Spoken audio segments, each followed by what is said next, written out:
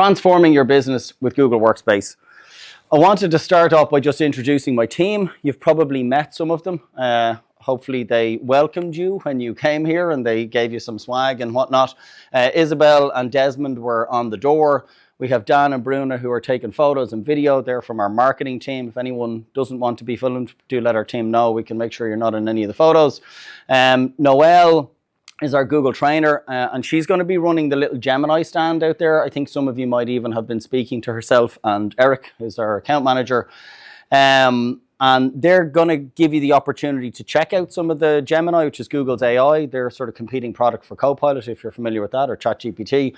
And they've got some sort of demo environments that you can kind of play around with. So I would encourage you, because we're not going to get time to do a demo here. You're going to see some animated GIFs and stuff, but if you want to get actual time to see what the product is like, do check it out. We've also got Ruben and Jared from the sales team. They're also dotted around most of our team. Yeah, Ruben's giving a wave there. Most of our team will have some branded gear on, so you'll be able to find them. Okay. I also want you guys to have the opportunity to network with each other, because your peers are here in the room, other fellow people in IT and business. I don't know if anyone's used this feature in the mobile version of LinkedIn. I use it at every event. It's absolutely fantastic. If you're on the mobile version, up in the top right hand corner, you can create a little, or click it to get a little QR code of your own LinkedIn. Okay, and when someone scans it, if you scan this, it would go to my LinkedIn. And it's just a really quick way to find the right person, particularly for anybody called John Doe. Very, very difficult to... If you got a common name, I get away with it, Fintan Murphy, there's not too many of us, but if you've got a common name, this QR code's really, really handy. It brings you straight to your LinkedIn. So anyone that has the mobile app, I would recommend taking a look at that. So, hybrid work. The physical office is no longer the center of gravity of work. And I think we all know there's been this once in a lifetime shift, this sort of generational shift that's disrupted us. We won't mention the word, we all know why. And we feel that Google Workspace is built for this moment. And it's interesting when they do surveys, it's always really, really high. On average, 98% of workers want to work remotely at least some of the time. They want to have that ability to work remotely at least some of the time. 57% of workers say they would actually look for another job if they were not allowed to work remotely. And I think that one's really interesting for me, because we have a small team. We got 20 staff, but for us, we actually get a lot of people coming from the corporate environment and saying, in fact, there's some of them in the room saying, I've been forced to go back to the office 5 days a week. I really don't want to. I want to be able to work remotely at least some of the time. And that's one of the reasons that attracted me to Damson Cloud. But remote working isn't all roses. There's also some challenges that come with it. So 24% of hybrid employees report a decrease in collaboration with their team. So it's obviously more challenging to work with your team when you're not all in the same place. We know that being in the same room and whiteboarding and all that good stuff is very, very beneficial.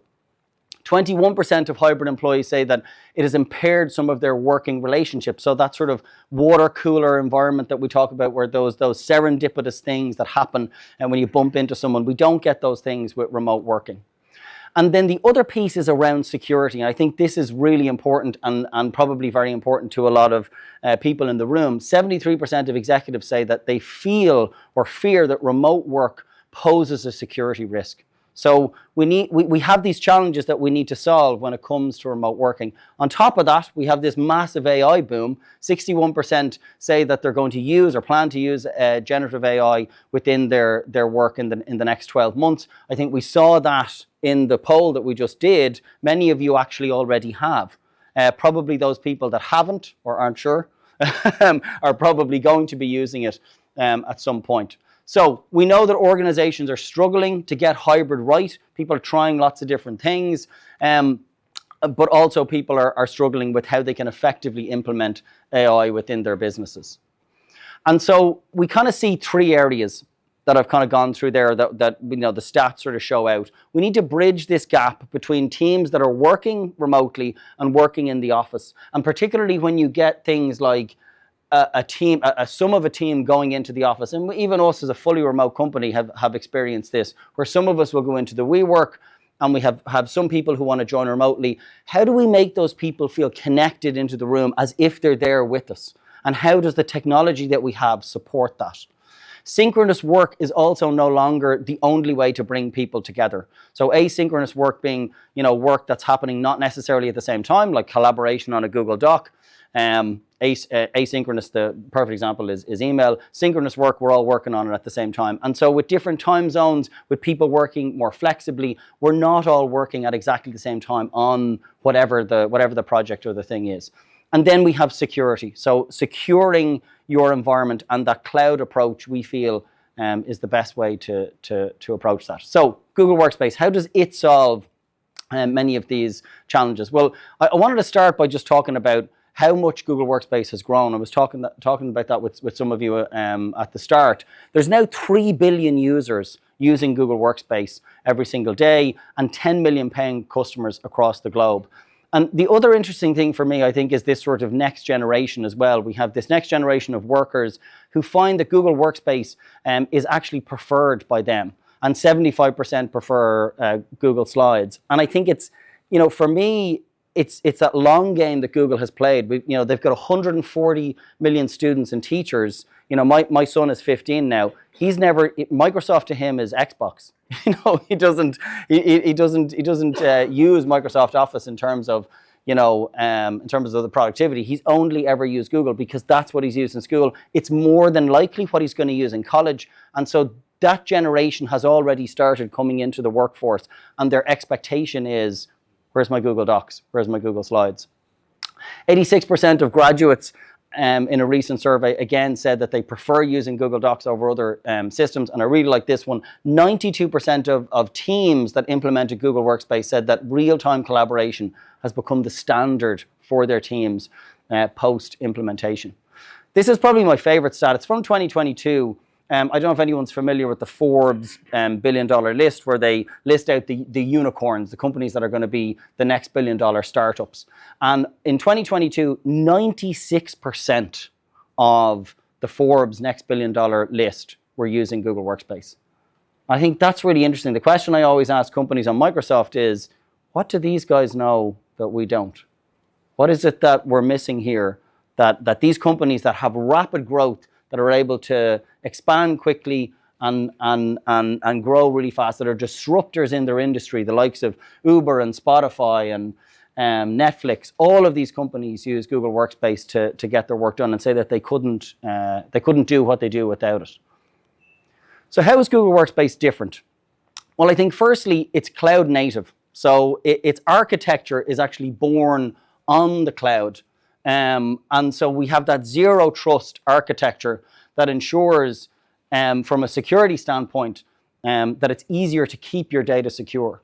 It's also web and mobile. And again, I had this conversation with some of you at the start, where the frustration of when I join a call on Zoom, when I join a call on Teams, I have to run an update. I have to run another update. I have to run an update. And that frustration.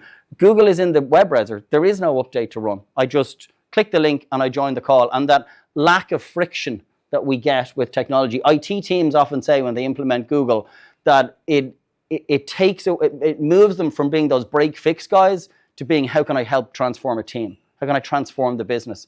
And they're seen differently internally in the organization when they implement Google. And this is going back, I have quotes from customers going back 10 years.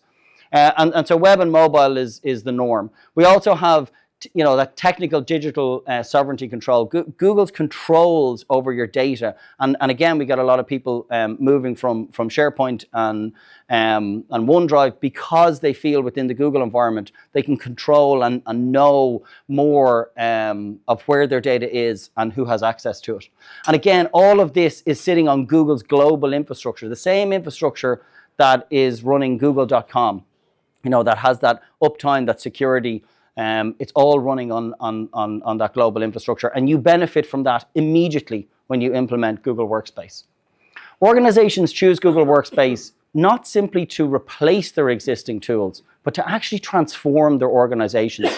And they tend to fall into these three buckets of sort of change or transformation that we'll see, answer those questions we were talking about at the start. So unleashing that co-creation, making it easier for people to create, whether that's synchronous or asynchronous, creating meaningful connections. So again, you'll see in some of the features within Google Meet, helping people create those meaningful connections and staying connected with remote and hybrid, and also ensuring your data is secure. Now, I'm going to talk a little bit about this, but Victoria is going to talk in more detail, so I won't steal her thunder and talk too much about the security. And again, this is all powered by Google's infrastructure and Google's AI. Like Google on the AI journey has been doing AI and building machine learning into Google Workspace for years. You know, we've seen smart features in Google, you know, for the last half decade or more. The first thing I kind of wanted to mention before I dive into some of those different areas, Google has relatively recently, kind of over the last few years over COVID, implemented this kind of one place for Google Workspace. So you'll see in this little animated GIF here, the integration between all of the tools for me is one of the key value propositions of Google Workspace. That again, in other solutions, it can feel very disconnected. Whereas with Google, I can only store something in Google Drive, but it's connected to Google Calendar and it's connected to chat. And when I share something in chat, you'll see later on, Google's system is checking the permissions and saying, actually, there's some people in this chat that don't have permission to see this. Do you want to add them to the document? So again, that sort of control and that ability to very seamlessly move across all of the products. So unleashing that co-creation that we were talking about, there's a couple of different features that I just want to surface to you. I could go through for hours all of the different features that Google Workspace has, but I just want to surface a couple of ones that I feel are kind of game changers. Many of you might have used tools like Notions, these sort of wiki type tools. Any Notions users in the room? No? Notions is sort of a wiki style solution, and Google has brought some of these types of features to Google Docs. So this might seem just like a simple document, but actually it has something called smart chips in it. And these smart chips allow you to, again, create integrations across the platform. So in this example, Nina Howard has actually been tagged in the document, okay? So that's what's called a smart chip. I'm going to talk about the third-party ones in a second. And this one is linked to an actual calendar appointment. So within the document, it's brought all of those areas together. And we also have some documents. So when you put a link to a document, a Google Doc, into you put a link from another doc into a Google Doc, a little bit of a doc inception there, and you hit return, it will automatically update to not the horrible URL, but the actual name of the document, and the smart chip will do that automatically. You don't have to do anything. And if somebody updates the name of the document, this smart chip will automatically update. But Google's also brought in third-party smart chips. So now, and this is Asana. I don't know if anyone's used Asana. It's a project management style tool. You can actually link to tasks in a third-party product. So again, bringing everything together in sort of a wiki-style environment. But also you have the ability to join meetings from a document. So this has been really powerful over COVID. If I'm on my home computer, I've got my nice big setup, I've got my multiple screens, I can have my call on one and I can have my dock on the other. But when I'm out and about and I've got my small, 13, 14-inch laptop, suddenly it becomes more challenging to join a video call and stay connected to the document I'm working on. Whereas with this, sorry about that. I lost my little microphone clip. With this, I can join the video call from within the document. So the video call actually comes up in the sidebar, and now I can work and collaborate. We can see people collaborating on the document in real time, and I'm also in the video call. Really, really useful when you've got a small amount of real estate on your screen, so particularly with laptops. We've also got collaboration with Microsoft Documents. Obviously, we've got a lot of Microsoft users in the room, and this is something that is like very underutilized within Google Workspace, and I think kind of gets forgotten about a little bit. You can actually upload a Microsoft Office document, Word, Excel, or PowerPoint, maintain that document as a Microsoft document, and live edit it in the web browser with other people. A lot of people don't know that, including Google Workspace customers. When I do demos of that and show it to people, they're quite surprised. And if you're moving over to a platform like Google, you're still going to have people that you're working with, external partners or customers that are going to be using Microsoft. So you're going to need to be able to collaborate and work on these documents, aren't you? And so Google launched this actually quite a while ago, but it's one of those features that sort of is forgotten about and people don't realize is there. So I just wanted to mention that one. Next, I want to move on to creating those meaningful connections. So this is the Google Meet primarily, and some of the features that have come out within this, and again, all happening within the web browser. No thick client needed on the machines. So Google has adaptive framing, which will, if you've got a very wide camera or you're sitting very far back, we've all had that in a meeting room, it will reframe and zoom in on you and make it much easier for you to engage in that. And actually, there's an interesting feature I saw demoed at Google Next, which is coming, where when you have a meeting room of people, and I don't know if anyone's ever had this experience, I'm sure you have, where you're on a video call and there's a few nodding heads and there's somebody right down the back and you're like, hello, and they're tiny on the screen because they're in a meeting room, the camera's too far away. Google's now going to see the people in the meeting room and give each of them individually, I don't have a demo of this, you're just going to have to visualize it, an individual sort of block on the screen and zoom them in when you've got a high definition camera. So they're the types of things that Google are adding to make, again, the engagement much easier. We've got automatic light adjustment, we've got noise cancellation, we've got image enhancement, so we can see the image is getting better and better here for this person. And we've also got companion mode. This is another a feature that's been out for a while and kind of similar to that one I was talking about of helping people who are in the meeting room. So the companion mode is quite interesting. So this chap here, Carlos, he's in a meeting room with several other people. But when you're joined on the meeting room, sure, you can look at people, you can talk to people, but you can't engage in any of the stuff. So you can't see the Q&A, you can't see the polls, you can't see the breakout rooms. The companion mode allows you to join without your mic and camera, but engage with all of the other features, okay? Does that make sense?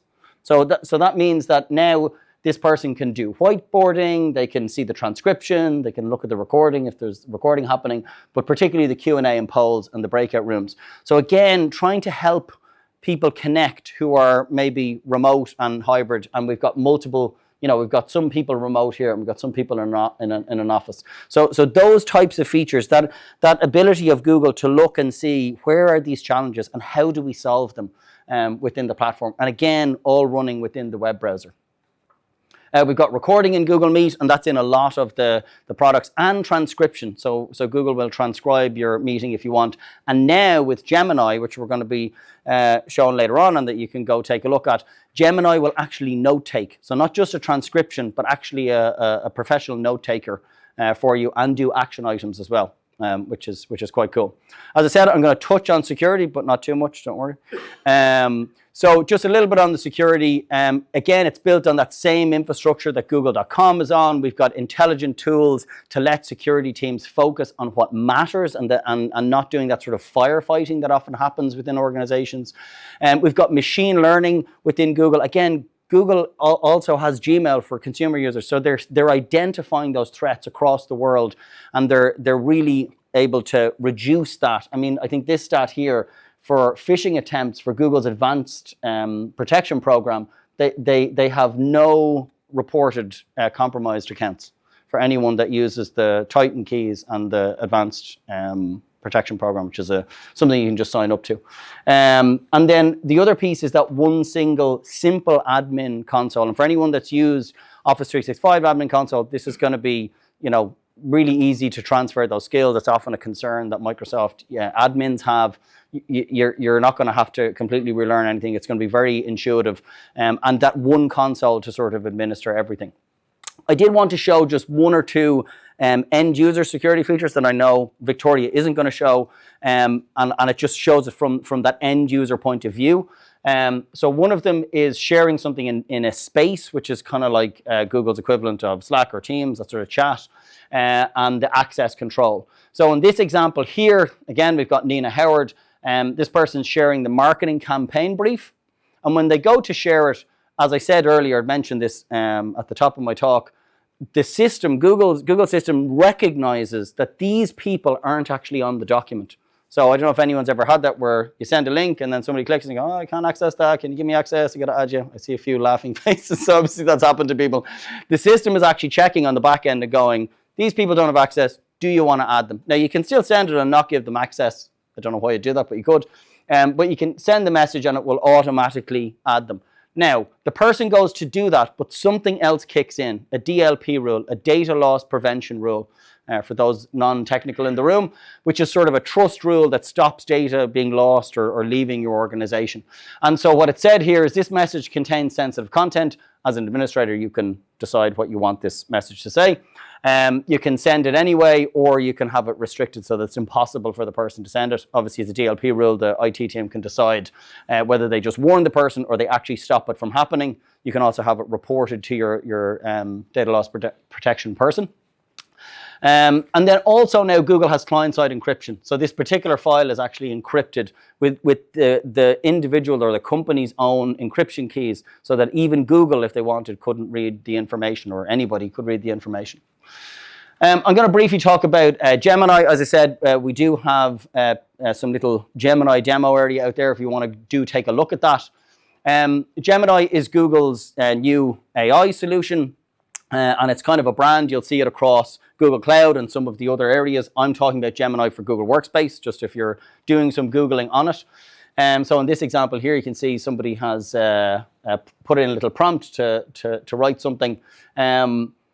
For Google, I think, as I said, Google's been working on AI really for many, many years. And Google Workspace was built to allow you to collaborate in real time, and now you're going to be able to collaborate with an AI solution.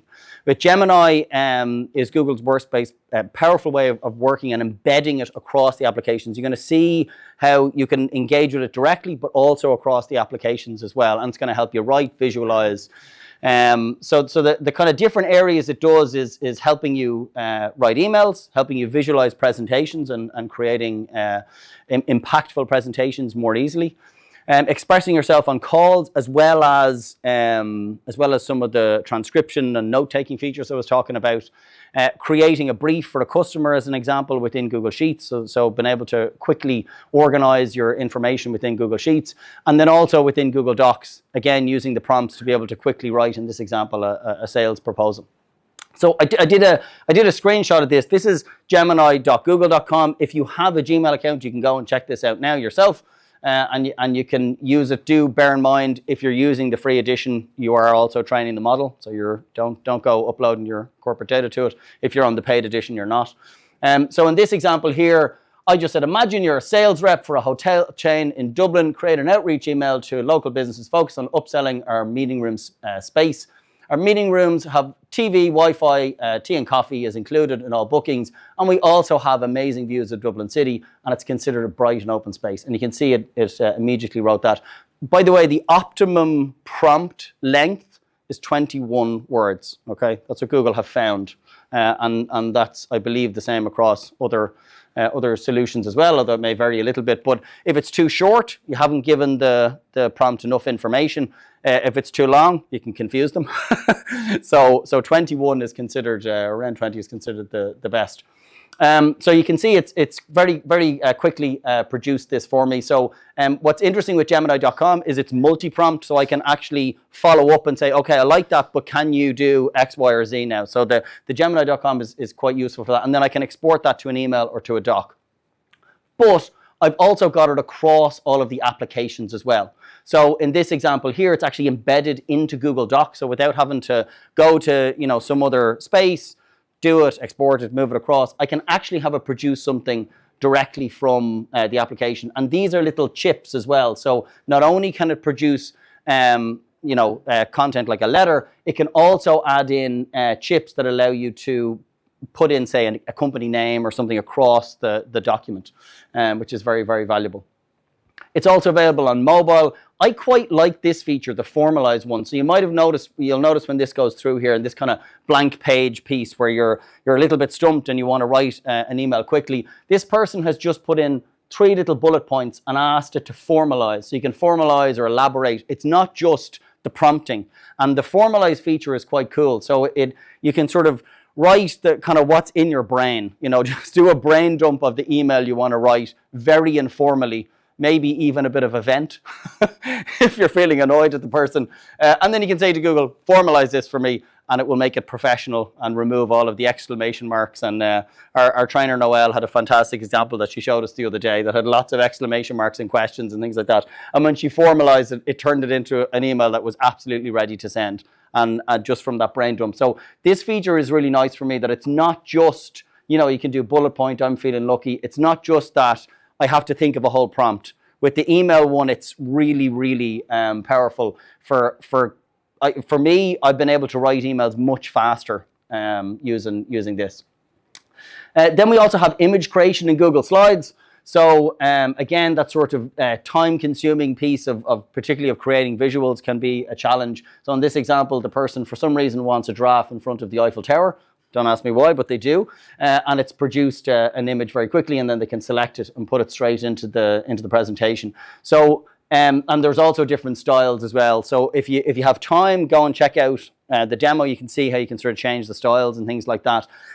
What we have found is if you're just accurate in the description within here, and this is probably the one where you could even go a little bit further, where you can actually say, I want it from this camera angle, or I want a wide shot, or I want, you know, if you're someone who's kind of into your images and stuff like that in your photography, the more information with the image one that you give it, the closer it will be to kind of what you want, if that makes sense. Next up, we have kind of organizing your data. So again, you can do with a very simple description here. You can create, and this is an agenda for a sales kickoff, and it's also able to, or will be able to on the roadmap, put in links and things to documents, and again, like you saw within the Google Doc, linking between different parts of the system. So we're quite excited about some of the stuff on the roadmap, which is Google Side Panel, which has kind of been publicly announced. I don't unfortunately have any demos of Side Panel, but the Side Panel is going to make you be able to take actions on your data within the system, and that's being launched actually in the next month or so, which is great. And then we were talking about Google Meet, and that's sort of expressing yourself, so you can create backgrounds, AI-generated images again that you can place into your your background. You've also got some of the lighting piece that we were talking about. So if you've got Gemini, you've actually got this studio lighting. And you can actually do touch-up and portrait, and you can do a lot more within Google Meet if you've got the Gemini technology working on it as well. You've also got noise cancellation. The noise cancellation is amazing. While I don't recommend this, I did join a call once while cycling into town. I did not have the video on, so I was being safe. I just had audio, but I was able to speak to people while I was actually cycling. It was with the team. And the noise cancellation cut it out. And the guys said, "Are you in the office?" And I was like, "I'm actually cycling into town." And they were like, "No, you're not." And I actually had to take a photo to prove that I was. That is how good Google's noise cancellation is. It's absolutely fantastic. Then we also have real-time translation. We have a very multicultural team. We got people from a lot of different, speaking a lot of different languages. And so this is fantastic, where it will live translate into any of these languages here, from English or from French. You can do them, both directions for any of these. So this is very valuable if you're an international company, or you just have people on your team who English isn't their first language. A lot of our customers heavily use this. We've got some resources that we're going to send out to you guys. I won't click on these because it will take me out of the presentation, but one of them is a one-pager on Gemini, and the other one is a handbook, which is quite detailed. And so we'll make sure to send those links out to you guys afterwards in the presentations. I kind of wanted to finish up with just some of the updates around Next. Google Next is Google's big conference that happens once a year in Las Vegas. And I just came back from there with some of my team, and there's just a couple of interesting updates from that people might be interested in. The first one is Google Vids, which is the first time Google has launched a new product in, I don't even know how long. It's got to be 5 or 10 years since they've had sort of a new product within the Workspace set. So I have a little video that I'm going to play here, but this is an AI-assisted video creation tool. I don't have a demo of it, obviously, because it's so new. And essentially, we saw some demos of this at Next, and I'm really excited about it. We produce videos for our YouTube channel on a weekly basis, myself and the marketing team. This is going to make our lives a lot easier. So if you're someone who needs to create video content for your company, it's going to be able to allow you to collaborate on the video with people, which is pretty amazing. So you're going to be able to collaborate on timelines. You're going to be able to put in your own video content, but then also have it generate content and generate audio over it. So if you wanted to read scripts out or read content out, you can upload it and have it do that. And the other piece that I just wanted to mention was the AI meetings and messaging SKU or plan that Google announced. So this is, again, just trying to make some of the AI features more accessible to people. And Google kind of packaging up some of those things that you heard me talk about, like studio lighting, like taking notes, like translation, like generative backgrounds, like adaptive video, for only $10 per user per month with a 1-year commit. So Google are trying to make some of those, maybe you don't want all of the Gen AI stuff, you just want the Google Meet stuff. You can actually just do it with this add-on. There is also an interesting security add-on that they've announced. I'm going to leave that for Victoria. Don't worry, Victoria. I did have that slide, but I removed it. The last thing I want to leave you with around Workspace is just the different companies that are kind of using it. So we kind of feel or find that they fall into these two brackets. These kind of innovative companies that are or digital, what they call digital native companies that are generally like disrupting an industry, like your Netflixes or whatever, or the more traditional businesses that want to transform their organizations. So you guys could be young businesses that you want to be like these digital natives, or you could be an older business where you're like, I want to change how I work. Okay, some of our own customers are Kazoo, Zoopla, and Plantific on the sort of innovator side. And then Love Holidays, Village, and Really Useful Group that are more traditional businesses that are kind of look to transform. In Ireland, some of our customers include Morgan McKinley, Daft, or Distilled Media, Finero, to name just a few. So I'm just very briefly going to talk, I've only 2 slides on DAMs and cloud services so that you guys kind of know where we fit into this and how we can help you as an organization. We find that people kind of fall into 3 buckets when they come to us. They either want to migrate to Google, so you're trying to make that decision, you're unsure about whether Google is the right solution for you. We have been doing this for 15 years.